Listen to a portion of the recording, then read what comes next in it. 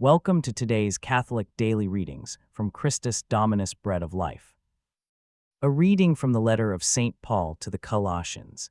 And you, though you had been in times past understood to be foreigners and enemies, yet now you have been reconciled by his body through death, so as to offer you holy and immaculate and blameless before him, if indeed you continue in the faith, established and steadfast and immovable from the hope of the gospel that you have heard, which has been preached throughout all creation under heaven, of which I, Paul, have become a minister.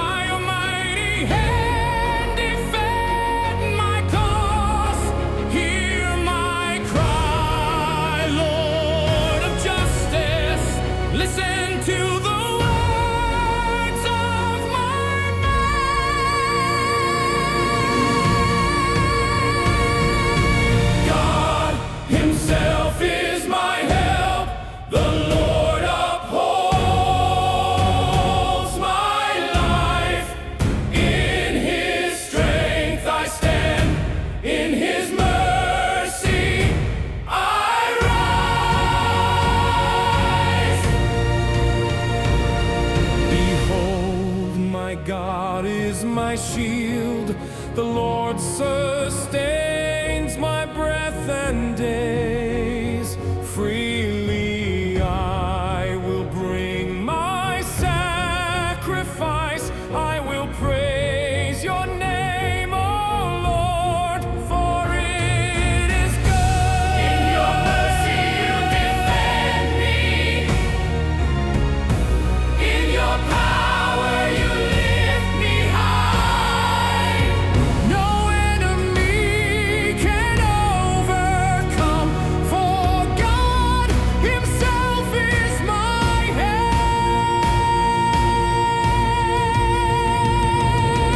God himself is my help. The Lord upholds my life. In his strength I stand. In his mercy I rise. Forever I will sing. Himself is my help. The Lord upholds my life. In his strength I stand. In his mercy I rise. Forever I will sing.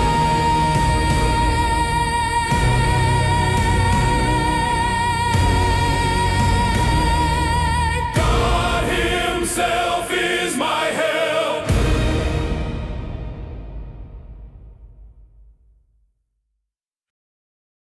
A reading from the Holy Gospel according to Luke. Now it happened that, on the Sabbath, as he was traveling through the grain fields, his disciples were picking the heads of grain, rubbing them in their hands, and eating them. But some of the Pharisees said to them, "Why are you doing what is not lawful to do on the Sabbaths?" And responding to them, Jesus said, "Have you not read this, what David did when he was hungry, and those who were with him? How he entered the house of God, and took the bread of the presence, and ate it, and gave it to those who were with him, though it is not lawful for anyone to eat it, except the priests alone. And he said to them, The Son of Man is Lord even of the Sabbath." Join us for today's reflection. Picture grown men hiding behind grain stalks, watching other grown men eat wheat, preparing to launch a formal religious complaint about unauthorized snacking. The Pharisees have caught Jesus' disciples red-handed in the heinous crime of picking grain on the Sabbath. This wasn't some technicality. In the Pharisees' legal framework, plucking grain constituted harvesting, rubbing it counted as thrashing, and separating kernels qualified as winnowing. The disciples had violated multiple categories of forbidden work simply by satisfying their hunger during a walk through the countryside. The confrontation reveals how religious systems can evolve from serving human flourishing to demanding human sacrifice. The Sabbath was originally divine mercy, weekly liberation from the grinding necessity of constant labor. But somewhere in the process of protecting this gift, the protections became more burdensome than the problems they were meant to solve. Jesus' response cuts through centuries of accumulated religious interpretation. Have you not read what David did when he was hungry? He ate the bread of offering, which is lawful for none but the priests. He's not just citing scripture. He's establishing a hierarchy of values that puts human need above religious protocol when divine love is properly understood. The David reference devastates the Pharisees' position because even their most revered king understood something they'd forgotten. Divine law exists to serve divine love, not the other way around. When human hunger conflicts with religious regulation, mercy trumps methodology. When people's welfare conflicts with institutional preservation, compassion wins. But Jesus doesn't stop with biblical precedent. He makes the claim that explodes their entire complaint. The Son of Man is Lord of the Sabbath. This isn't just asserting authority over religious interpretation. It's claiming the right to redefine the fundamental purpose of divine rest. If the Sabbath belongs to Jesus, then violations of Sabbath law become impossible when Jesus approves the activity. Paul's letter to the Colossians addresses the broader theological issue underlying this conflict. Believers were once alienated and hostile in mind, but have been reconciled through Christ's death to be presented holy and blameless before God. This transformation isn't achieved through religious performance, but through divine intervention that makes religious performance unnecessary for salvation. This reconciliation creates a completely different relationship to religious law. When your standing with God depends on perfect adherence to detailed regulations, every minor violation becomes a potential catastrophe. But when your standing with God depends on Christ's perfect sacrifice, religious law serves love rather than demanding it. Rules become guidelines for human flourishing rather than requirements for divine acceptance. The Psalm's declaration that God Himself is my help takes on new meaning in this context. Divine help isn't assistance in following religious regulations more perfectly. It's liberation from the crushing weight of trying to earn divine approval through regulatory compliance. This pattern repeats in every generation.